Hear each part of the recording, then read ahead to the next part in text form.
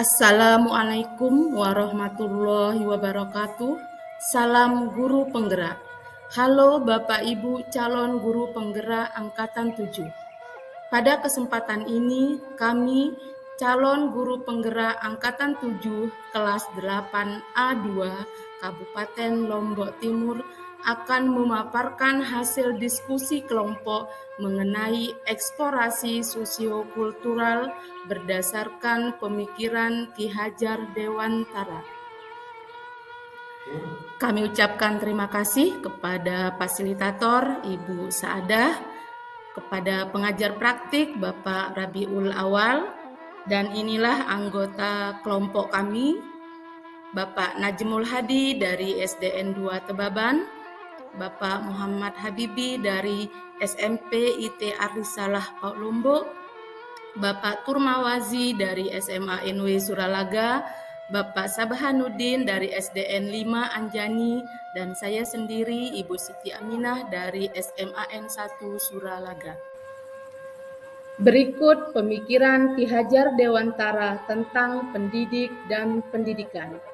Menurut Ki Hajar Dewantara, pendidik berperan menuntun segala kodrat yang ada pada anak-anak, sehingga anak dapat mencapai titik keselamatan dan kebahagiaan yang setinggi-tingginya. Pendidik diibaratkan petani yang menanam padi. Pendidikan berupaya memenuhi kodrat kebutuhan tumbuh kembangnya anak. Hasil akhir dari proses pendidikan diharapkan terbentuk budi pekerti atau watak atau karakter yang merupakan perpaduan antara gerak, pikiran, perasaan, dan kehendak atau kemauan sehingga menimbulkan tenaga atau semangat. Di dalam penuntun, pendidik diharapkan mampu menggunakan metode yang bervariasi. Salah satunya adalah metode bermain, karena bermain merupakan kodrat anak. Adapun nilai-nilai sosial budaya daerah Lombok yang dapat menguatkan pemikiran Ki Hajar Dewantara, kami bagi menjadi 6 kelompok. Yang pertama, kelompok adat istiadat. Adat istiadat yang kami ambil di sini yaitu merari, begawe, begibung, dulang banjar atau ngenjot, nyongkolan yang diiringi dengan gendang belek, balik tampak, mandi pengantin, kekelak, perisian, peraja, dan betabe. Kelompok yang kedua yaitu budaya religi. Yang kami ambil di sini adalah langgar, layatan, zikiran yang terdiri dari zikiran nelung, mitu, niwa, dan seterusnya. Kemudian ada mengaji, ngurisang, dan bejangu. Yang ketiga adalah alat tradisional yang terdiri dari fruk, gerabah, pelocok, penginang, ceraken, cobek, ceret, gegandep atau kekisa, songko, dan jalek atau jangki. Berikutnya yang keempat yaitu permainan tradisional yang terdiri dari main benteng, begasing, begalengan, main degel, selodoran, main aci, sebok rai, sebok peta, sesami, beldokan, dan sungkit. Sedangkan makanan tradisional terdiri dari cerorot, pelecing, abuk, sesiong, atau yang sering disebut dengan cecenge, sesinggat, ares, bebetok, empes, renggi, dan tombok. Sedangkan untuk kelompok yang keenam yaitu kesenian tradisional. Yang kami ambil di sini adalah hikayat, belelaka, kasidah, kelenang, burdah, zikir zaman, nyair, lagu kadal nonga, lagu Bruga Elen, dan masih banyak lagi kesenian-kesenian tradisional yang lain. Budaya Sasak. Budaya Sasak yang terdapat di Pulau Lombok merupakan sebuah karya seni manusia yang terbentuk dari kebiasaan dengan mempelajari secara menyeluruh dari masyarakat, sehingga terbentuk sebuah kebiasaan yang bernilai budi pekerti yang kemudian diturunkan kepada generasi selanjutnya secara genetis. Suku Sasak Lombok adalah suku bangsa yang mendiami Pulau Lombok dan menggunakan bahasa Sasak dengan jumlah penduduk sekitar 3 juta jiwa dari sekitar 4,49 juta jiwa penduduk NTB. Menurut Profesor Dr. Haji Fahru Rozi MA, guru besar pada IAIN Mataram, ada 3 dimensi silaturahmi dalam tatanan tradisi budaya religi masyarakat suku bangsa Sasak di Lombok, yaitu Besiru, Belangar, dan Begawe. Budaya Sasak yang dimaksud diantaranya Belangar. Belangar merupakan tradisi silaturahmi dengan membawa sesajian atau bantuan kepada orang dan keluarga yang mengalami musibah. Contoh, pada tradisi berbelasungkawa atas meninggal dunia salah satu keluarga terdekat, kerabat, atau warga di lingkungan sekitar masyarakat tersebut. Berikutnya Begawai. Begawai merupakan tradisi merayakan acara syukuran gawai. Biasanya kegiatan ini dilakukan di puncak setiap kegiatan tradisi seperti acara sesunatan, nikah atau kawinan, ngurisang, dan lainnya. Selanjutnya Besiru. Besiru merupakan tradisi masyarakat Sasak dalam hal tolong-menolong atau saling membantu dengan menggunakan tenaga dan jasa, seperti membantu keluarga atau sanak famili di lingkungan terdekat pada kegiatan awal musim tanam dan akhir musim panen, baik pada musim panas maupun musim penghujan. Dari nilai-nilai sosial budaya Lombok yang dipaparkan di atas, semua kegiatan tersebut tersimpul dalam sosial kultural suku bangsa Sasak di Lombok dengan istilah roah. Roah satu makna dengan ruh dan satu makna dengan rahim.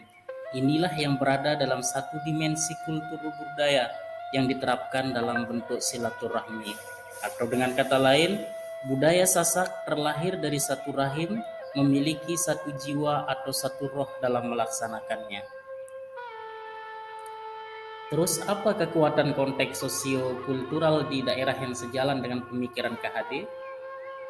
Yang pertama adalah 1. Gotong royong. Yang kedua, nasionalisme. Yang ketiga, religi. 4. Kejujuran. 5. Budi pekerti. Dan terakhir, tanggung jawab. Bagaimana pemikiran KHD dapat dikontekstualkan sesuai dengan nilai-nilai luhur kearifan budaya Sasak yang relevan menjadi penguatan karakter murid sebagai individu sekaligus sebagai anggota masyarakat pada konteks lokal sosial budaya daerah? Yang pertama, nilai moral. Roah mencerminkan sifat-sifat kerakyatan seperti sifat kekeluargaan, kekompakan, dan keberanian yang dilandasi dengan kebenaran. Yang kedua, nilai estetika, yakni sebagai sarana mengekspresikan kemampuan berkesenian. Yang ketiga, nilai budaya.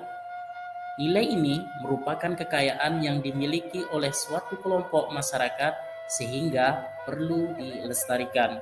Yang keempat, nilai pendidikan atau edukasi. Roah mengandung nilai pendidikan yang bermanfaat bagi kehidupan masyarakat. Yang terakhir, nilai kepercayaan. Roah adalah wujud rasa syukur kepada Tuhan Yang Maha Esa atau Allah Subhanahu wa Ta'ala. Selanjutnya kami akan menyampaikan tantangan dan solusi penerapan pemikiran Ki Hajar Dewantara sesuai dengan konteks kelas dan sekolah. Adapun tantangan yang dihadapi dalam kegiatan roah ini adalah membutuhkan persiapan yang matang, baik dalam segi waktu maupun biaya. Kemudian solusi yang kami tawarkan adalah yang pertama, sosialisasi dengan wali murid. Yang kedua, kerjasama dengan semua warga sekolah. Contoh konkret dari pemikiran Ki Hajar Dewantara yang akan diterapkan sesuai dengan konteks kelas dan sekolah adalah roah. Contoh dari kegiatan roah yang bisa diterapkan diantaranya adalah kegiatan prakarya seperti begibung, kakala, dan yang kedua adalah pada kegiatan kelas meeting dengan adanya lomba memasak makanan khas Sasak. Makanan khas roah yaitu ares. Menurut penduduk suku Sasak, sayur ares ini ditemukan oleh Lo Ares. Beliau menemukan makanan ini di kala musim kering panjang yang melanda Pulau Lombok pada masa lalu, sehingga menyebabkan banyak hewan ternak mati kelaparan. Namun di antara hewan ternak yang mati tersebut, ada sapi yang masih bertahan dengan memakan kedebong pisang muda. Lalu Lo Ares mencoba mengambil kedebong pisang itu dan memotong-motongnya kecil-kecil. Lalu dimasaknya dengan bumbu yang ada di dapur. Karena rasanya enak dan bisa dikonsumsi, maka resep makanan ini diturunkan turun-temurun dari generasi ke generasi. Hingga sekarang masyarakat Pulau Lombok, khususnya suku Sasak, masih tetap menjaga kelestarian makanan itu. Satu kekuatan pemikiran Ki Hajar Dewantara yang menebalkan laku murid di kelas atau di sekolah yang sesuai dengan konteks lokal sosial budaya Sasak yang dapat diterapkan. Pemikiran Ki Hajar Dewantara tentang budi pekerti atau watak atau karakter melalui proses pendidikan, terutama pendidikan formal, peserta didik dapat dibantu untuk mengerti nilai, karakter yang diharapkan dan pelan-pelan membantu mereka untuk melatih dan menjadikan nilai itu sebagai sikap hidup mereka. Ajaran budi pekerti tidak terlepas dari trilogi pendidikan Ki Hajar Dewantara, yaitu Ing Ngarso Sungtulada, Ing Madio Mangunkarsa, dan Tut Uri Handayani. Demikian pemaparan dari kelompok kami, semoga bermanfaat. Wassalamualaikum warahmatullahi wabarakatuh. Salam guru penggerak, tergerak, bergerak, menggerakkan.